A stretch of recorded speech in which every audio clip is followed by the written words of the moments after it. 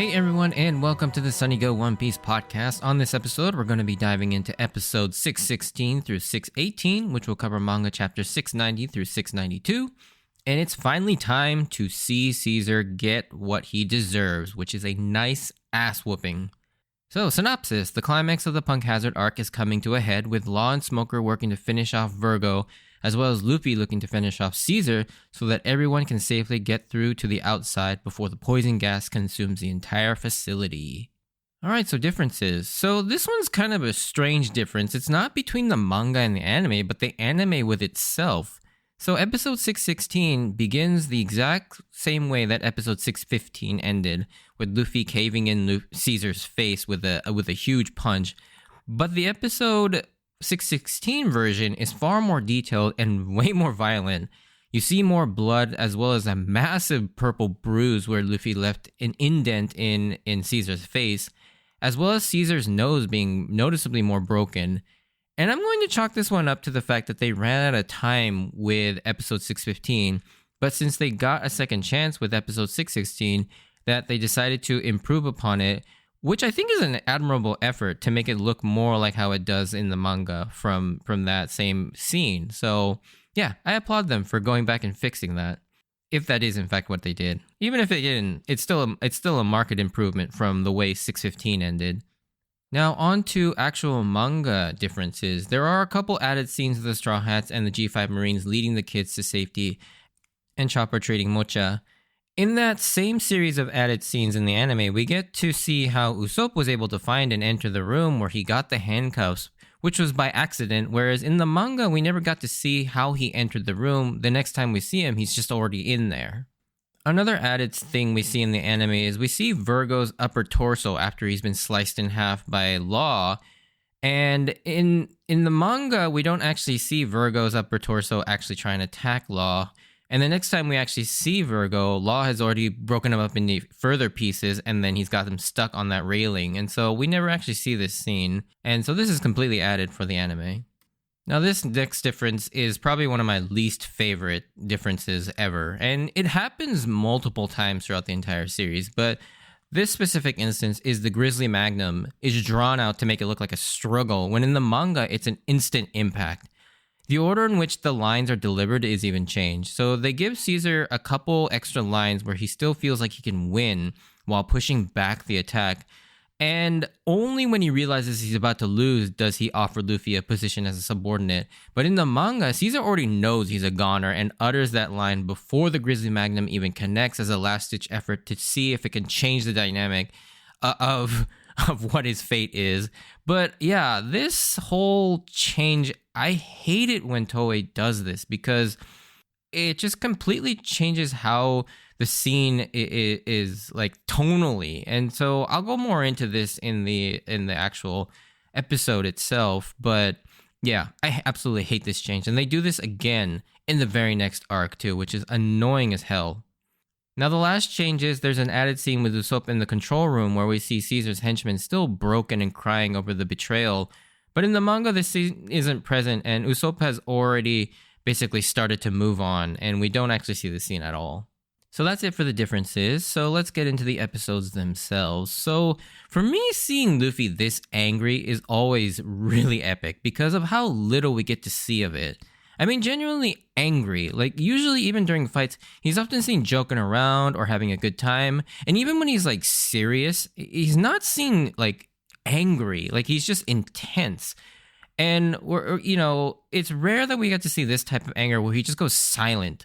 And that's when you know you need to be scared of Luffy. I think the end of, like, the Arlong fight, when he realizes what Arlong did to Nami and when he calls him just like how you can use her, that's the type of moment. Like the final moments of the crocodile fight, his smackdown of Bellamy as he just like stares in silence until he just lays that smackdown on him, or just before landing the jet Gatling on Lucci as well.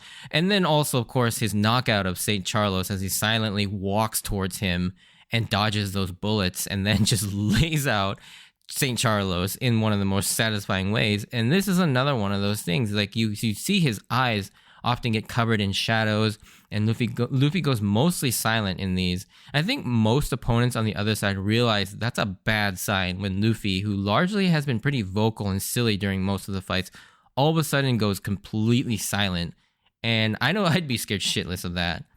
And Caesar tries to continue to intimidate and manipulate his way out of this, like he's done so many times before, but Luffy is having none of it and slowly creeps up to him and just lands another brutal blow on Caesar's face, which is oh so satisfying to see. None of that slimy talk is working on Luffy, and he just continues to blast this piece of scum in the face. And that is unfortunately all we get for the time being, as the main event of episode 616 is the finale to Smoker versus Vergo, a fight I and a lot of people were waiting patiently to finally see it in full. First, I have to commend the animators for this episode, as the Smoker versus Vergo fight is animated very well with fluid animations and camera movements, and some dynamic movements from the fighters, particularly with Smoker's ability. Unfortunately, this fight is pretty one-sided, as Smoker is no match for Vergo's immense skills with armament haki, overpowering Smoker's haki as well. It really sucks that Smoker is constantly shown to be weaker than a character. With a character of his aura, I feel like he should be stronger, and this entire fight is basically a vehicle to make Law incredibly cool and powerful, which I don't have much of an issue with in and of itself, as Law is an incredibly cool character and I want to see him do cool things, but I just hate that it has to come at the expense of Smoker. And similarly, but to a lesser extent, the same thing happened with Tashigi with Zoro earlier in the Monet fight. I mean, Smoker literally stands no chance against Vergo and got his shit pushed in the entire fight, while Law, once he gets back to full strength with his heart now safe in his chest, ends the fight in one shot. In one epically incredible shot, but one shot nonetheless, making Smoker look incredibly pathetic by comparison. Power scaling has never really been my thing, but there's no denying that Smoker, due to the events of this arc, has now been completely left in the dust by pretty much everyone. Luffy can easily take Smoker, and I'm of the mind that Zoro could probably take him too. And even if Sanji, he probably can't beat him because he can't use armament haki, but if he were able to use it, I'm sure Sanji, strength-wise, could also overpower Smoker as well.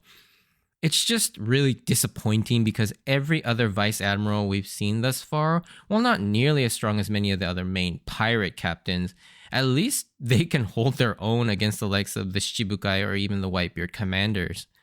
I still love Smoker as a character and what he still represents, which I'll get into in a bit here, but his stock certainly has taken a hit due to his constant ass beatings and losses, and he's not even done losing in this arc either.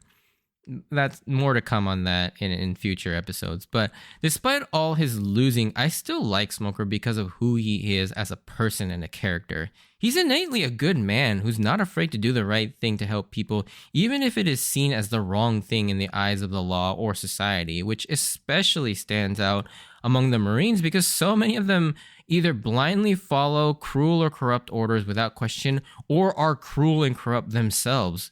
Despite how much he despises pirates, he will, quote, lower himself to working with and helping pirates if it means that he can protect innocent people as well as his own men. Even during this fight, he has to come to terms with that reality, but that's where Tashigi and he make such a good combo. Smoker has his strong convictions and experience to help Tashigi grow, while Tashigi has her incredible dedication and compassion towards people to remind Smoker why they're both Marines in the first place. Smoker still sometimes lets his one-track mind towards his duty and pride lead him astray, but Tashigi is right there to help him guide him back to what really matters, and Smoker, with his experience and strength, can allow Tashigi to be her true, kind self in an otherwise unforgiving and unfeeling organization like the Marines and the world government. And I think that's why I like these two so much, despite that the fact that they're not all that strong, is the fact that they are both just really good people trying to do good things in an organization that really seems to not allow them to do so. But getting back to the fight and the final moments of this fight, because despite how disappointing Smoker was in this fight, Law does not disappoint at all. Vergo, now pissed that he's lost Law's heart, he covers his entire body with armament haki, all of it. He's just all black. And Yeah, one funny thing, side note about this is that according to Oda in an SBS question, someone asked if also Virgo's penis is covered in armament hockey, and Oda answered, yes, it is, which is a really funny anecdote. In fact, if I remember correctly, this SBS sticks in my mind because the entire page is like an NSFW warning on top of it, because all the questions relate to like inappropriate things. I can't remember what else was on it, but there's like other things. Like I think one of them talked about like Caesar's penis, about like his gas form and all that stuff. But yeah, I'll have to go back and look into that one. But judging by both Doflamingo's words and Smoker's shocked reaction, this apparently is an incredibly crazy ability, but I feel like in order for this reveal to have the necessary effect for us, the audience, the idea of coating your entire body with armament hockey needed to be established as being incredibly difficult or somehow show just how overwhelmingly powerful this was. But I feel like Oda didn't put in any work to set this moment up. And as a result, for me at least, it just comes and goes without much thought. Sure, we could infer some stuff based on how no one in the series till now has utilized armament hockey outside of just temporarily coating just a small portion of their body, which is used for the attacking portion. But it takes quite a bit of inference and memory to internalize that, which is something no one outside more passionate fans would ever even think about. Like the level of information we're given by Oda about the armament hockey coating technique is so little that much of this is just speculation akin to people power scaling characters that have never met in the series. And so, yeah, it just comes across like, oh, this is impressive, but I don't quite understand how impressive this is because I don't have any context for it. But let's also not forget just how freaking epic Law's finisher on Vergo was. He not only slices Vergo and the lab, but the entire effing island in half. This kind of begs the question, just how far can the Ope Ope fruit room ability expand to?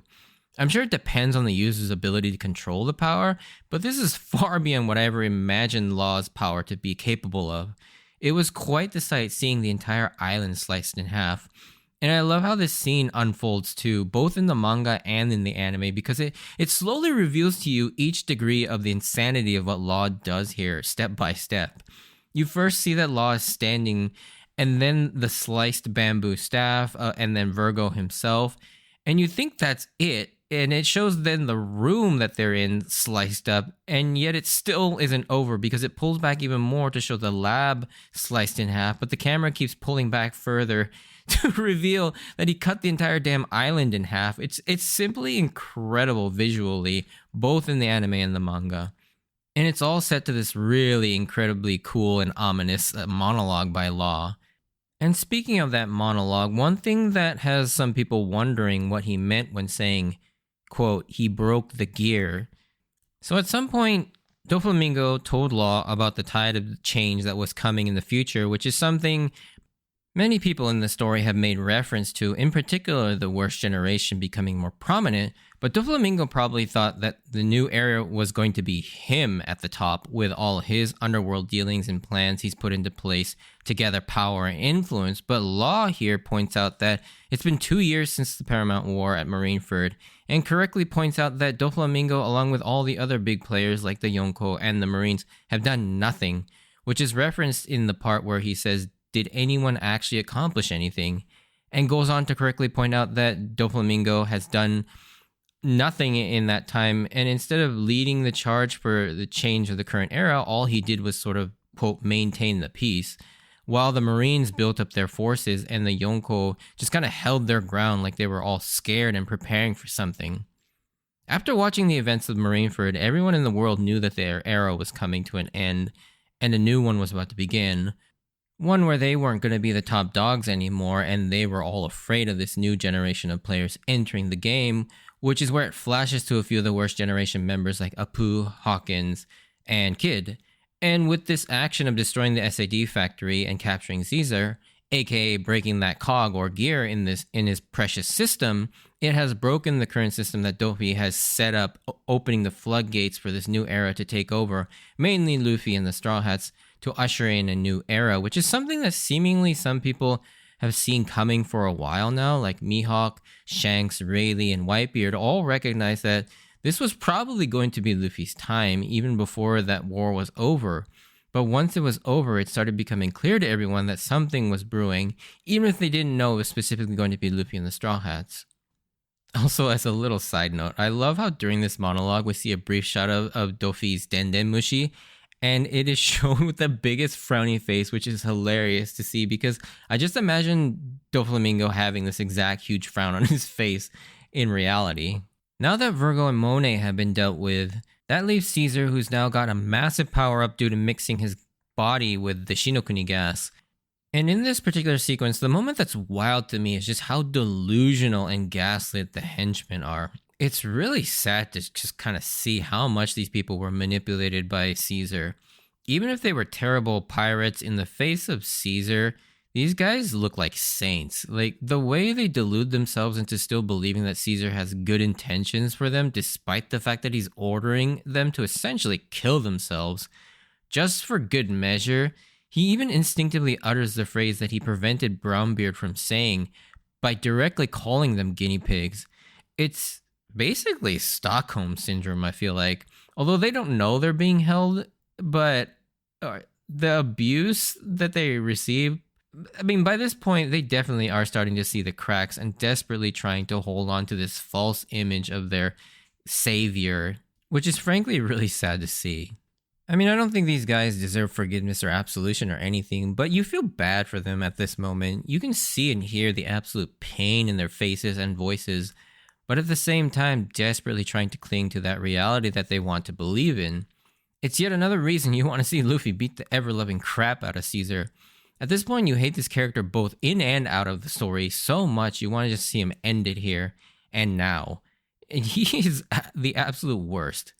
One translator's side note here in this particular scene is when Caesar merges with the Shinokuni gas, he has some kanji characters that appear on his chest for reasons. I don't know why, but they are the kanji for death and country. So shi and kuni, which is basically the two main kanji for the name of the gas, Shinokuni, just without the no or the word of. But now that Caesar has shown his true colors and has started to needlessly kill all of his men, the remaining guys up in the control room are in shambles and broken. And Usopp using this moment to get another really great moment for him where he shows that he is Luffy's biggest hype man, as he gets yet another epic moment to show just how much faith in Luffy he and the crew have in him. I particularly like this one because he actually admits that he wants to sometimes run and hide, but because of the faith that Luffy has in them all, he can't ever do that, and that's why he won't stand for anyone bad-mouthing his captain. It's very similar to his speech to Mr. Four and Miss Merry Christmas, as well as his speech at NES Lobby to motivate him to finish off Lucci. Another more understated one is the speech Sogeking gives to Robin on the Puffing Tom, telling her to believe in Luffy, which is precisely what he does here, but to a room full of disheartened enemies instead, who have nothing left to believe in. And I get chills anytime Oda has Usopp deliver these types of speeches because it not only is great for Usopp, but, Yamaguchi Kappei, who plays Usopp, does these so well. And this is all set to Luffy getting extremely angry at Caesar as he charges up Gear 3rd with Armament Haki, while Usopp says that Caesar is the type of person that Luffy hates the most. And this may fly over some people's head as to what the layered meaning of this is. Like, of course, Luffy hates people who cause other people pain and take away their freedoms, but it's very fitting that Usopp is the one saying this because Usopp saw this side of Luffy firsthand when he first met him and how he came to learn that Luffy was different. And if you cast your mind all the way back to his battle with Captain Kuro in Syrup Village, when he started to slash up his own men, it was the second time we ever saw Luffy get extremely angry. Only second to him getting his straw hat cut up by Buggy in the arc prior. Luffy absolutely hates captains or leaders that betray their nakama. It goes against everything that Luffy believes in, and that his nakama are everything, and seeing a leader betray their nakama and killing them is about the worst thing anyone can do, which is why we see Luffy in this extremely angry, silent state. With that rage for Caesar, he just jumps in with reckless abandon to land an absolute nuke of an attack on Caesar without any regard for himself, with an upgraded version of his Gigant bazooka dubbed the Gomu Gomu no Grizzly Magnum, which I love the name of this attack. Following the naming convention of turning his Gear 3rd moves into sort of animals followed by a piece of weaponry in honor of his friend and his animal friends on Ruskaina Island where he trained. The move seems to be a reference to the Grizzly Win Mag gun from the manufacturer LAR. I don't know too much about guns. I just looked this up on Wikipedia. The kanji for the name is comprised of Haikumaju, or Ash Bear Gun, which makes sense. However, the anime again does the annoying thing of watering down the impact of this attack for the sake of drawing out time and making it seem like a beam struggle from Dragon Ball, when in the manga it's depicted as an instant impact. And I hate when the anime does this, because first off, it happens for so many of Luffy's finishers, and it dilutes the absolute impact and strength of Luffy because it shows that the enemy can somewhat withstand it, when really it's designed to show just how devastatingly powerful Luffy is. Also, as I mentioned in the differences section, it changes the dynamic of the scene slightly, how he kind of pathetically tries to offer a subordinate position to Luffy and then a desperate last attempt to save him. And I think it's more impactful seeing that Caesar is just pathetic and has no real power when faced with Luffy's actual strength, and just gets utterly obliterated before he can even finish his sentence.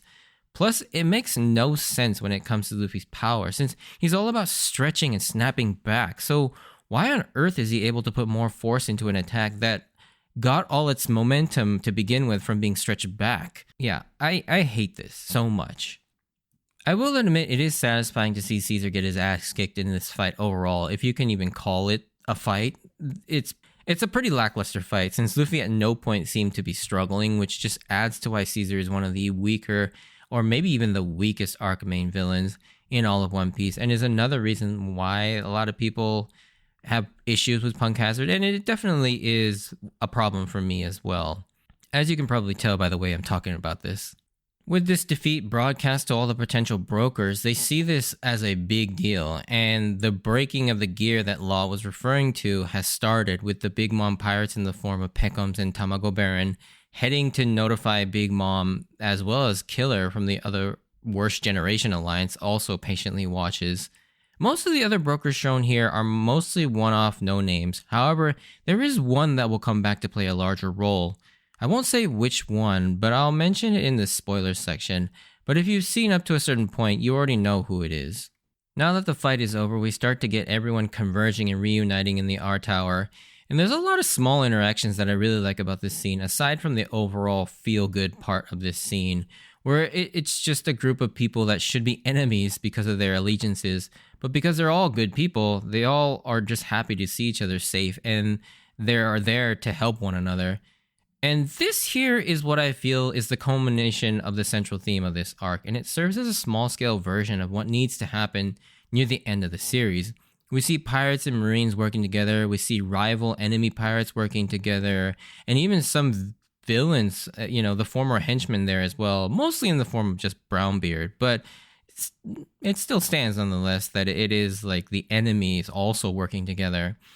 And I think throughout this arc, you can see Smoker's ideology really being tested, and you can even see him changing slightly, as you see he's calmly working with Law to secure a means of escape for everyone. And this is the true power of good people coming together for the greater good, regardless of their standing or appearance. Then we get to Law and Luffy. From here on out, for the rest of the story, the interactions between Law and Luffy are some of my favorite scenes, because Law is already starting to learn firsthand what that warning from Usopp about what an alliance with Luffy really means. Law has these sort of intricate plans in place, but for him it's like explaining them to a child who does whatever the hell he wants and changes what he does on a whim based on how he feels. The whole bit with Luffy saying he doesn't really want to capture Caesar anymore because he doesn't like him, and Law regretting his decisions is way too funny.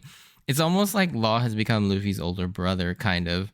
And it's a kind of a running gag throughout the entire run of their alliance that I happen to enjoy very much. The rest of episode 618 is pretty much dedicated to properly introducing us to the two members of the Don Quixote pirates that Dofi dispatched to Punk Hazard. The first, we met Baby Five, and the other who was mentioned but not seen, but now we do, is Buffalo. Now, in the anime, for some reason, it doesn't list their devil fruits in their intro cards, but the manga does. As mentioned before, like my prediction, Baby Five possesses the Buki Buki no Mi, or the weapon fruit. However, in most English translations, it seems to be called the arms fruit. Buki just means weapon in Japanese. Buffalo, on the other hand, has the Guru Guru no Mi, or what's usually translated as the spin fruit.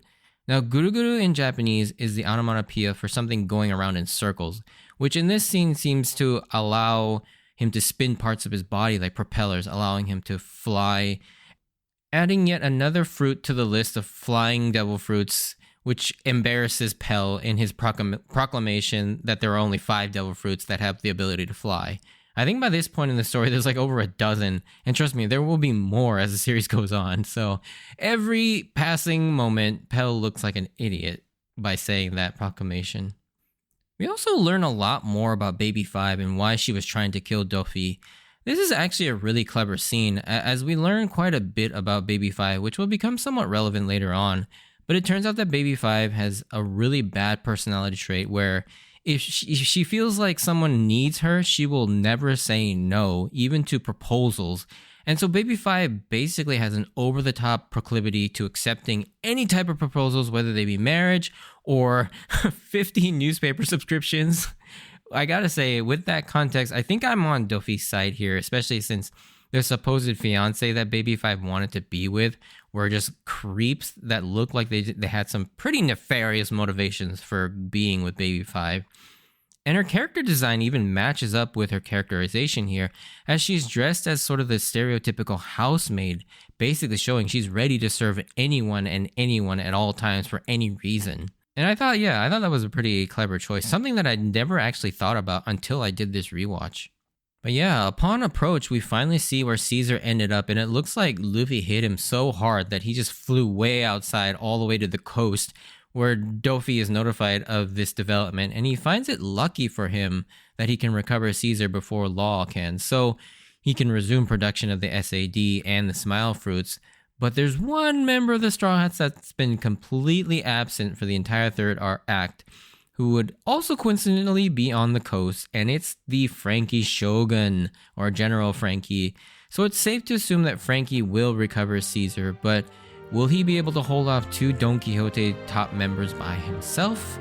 We'll have to see on the next podcast episode. And that's where we'll leave it, but if you did enjoy this, send me a like or comment, and if you want to join me on this journey of rewatching One Piece, please consider subscribing. Check out my Instagram account at SunnyGoPodcast for updates of when I post new episodes or see some pictures of my manga collection. And thank you to everyone who supported the podcast. Just listening is enough for me, but if you feel like supporting me in other ways, feel free to check out my Buy Me a Coffee profile account. But as always, it's not required at all. And I wanted to thank you for taking the time out to listen to my podcast. Stay safe out there. Just a small spoiler section, but if you're not interested in that, hope to see you on the next episode. Bye.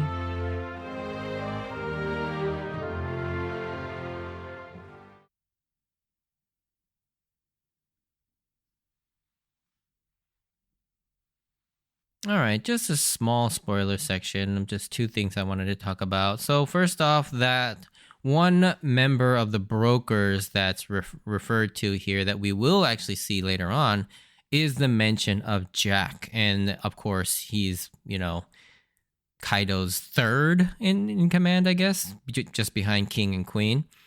And so, yeah, this is the first mention of Jack, who we won't see until Zou after Dressrosa.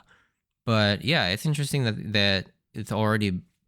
I find when rewatching and rereading Dressrosa, it's interesting seeing just how many of the seeds have been planted for basically everything all the way to the end of Wano. Like, I know Oda's really good at, planting the seeds for a lot of different things, but when you see just how much he's already basically got figured out, like, it's almost like he already thought about the entirety of this whole saga of Punk Hazard, Dressrosa, Zoe, and Whole Cake Island, and Wano. Like, he basically had a pretty good, not just an outline, but I feel like detailed story beats that he had to hit for everything to sort of make sense. Because when you see in the next few episodes, when they talk about like Kaido, and you start, seeing Momonosuke and Kinemon's sort of reactions to certain things, like, he has all these little subtle things already planned out. And of course, I'll talk more about that when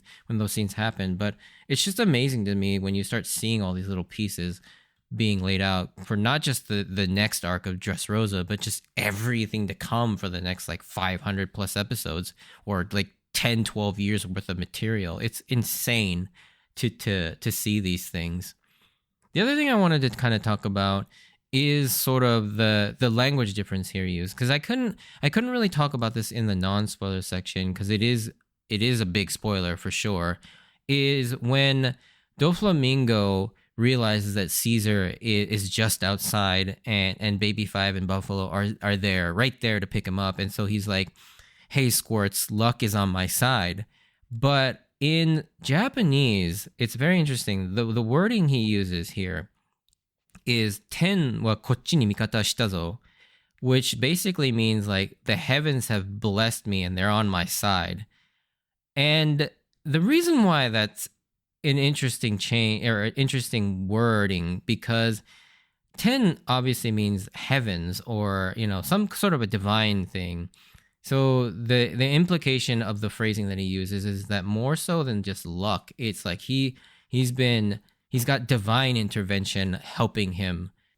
And later on too, when he's chasing them down, and just before he finds the heads of Buffalo and Baby Five on that little raft, and he makes that deal with Law, he talks about how they've got the devil's own luck. And so the connotation in his sort of terminology in terms of luck is very divine based. And the reason why I've point that out is because obviously later on we learn that he used to be a former celestial dragon and still considers himself to be a celestial dragon, or at least of sort of the godly nature that the celestial dragon sees themselves as. So it's very appropriate that he would use this kind of language. And so I feel like you kind of lose out on that. It's a very small detail, obviously, and it ultimately doesn't really change anything. But I do think that Oda wrote that dialogue with that in mind, which is why that wording, because normally in Japanese, when you talk about luck, you just use the word un, like luck means un. And so, you would say un ga kochi no mikata, or luck was on my side. And so instead he actually uses the word ten. And so you have that sort of like that heavenly divine luck.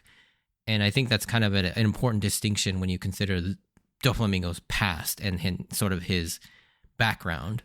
But yeah, that's pretty much all I wanted to talk about for the spoiler section. So thank you for sticking around if you did. And I hope to see you on the next episode. See ya.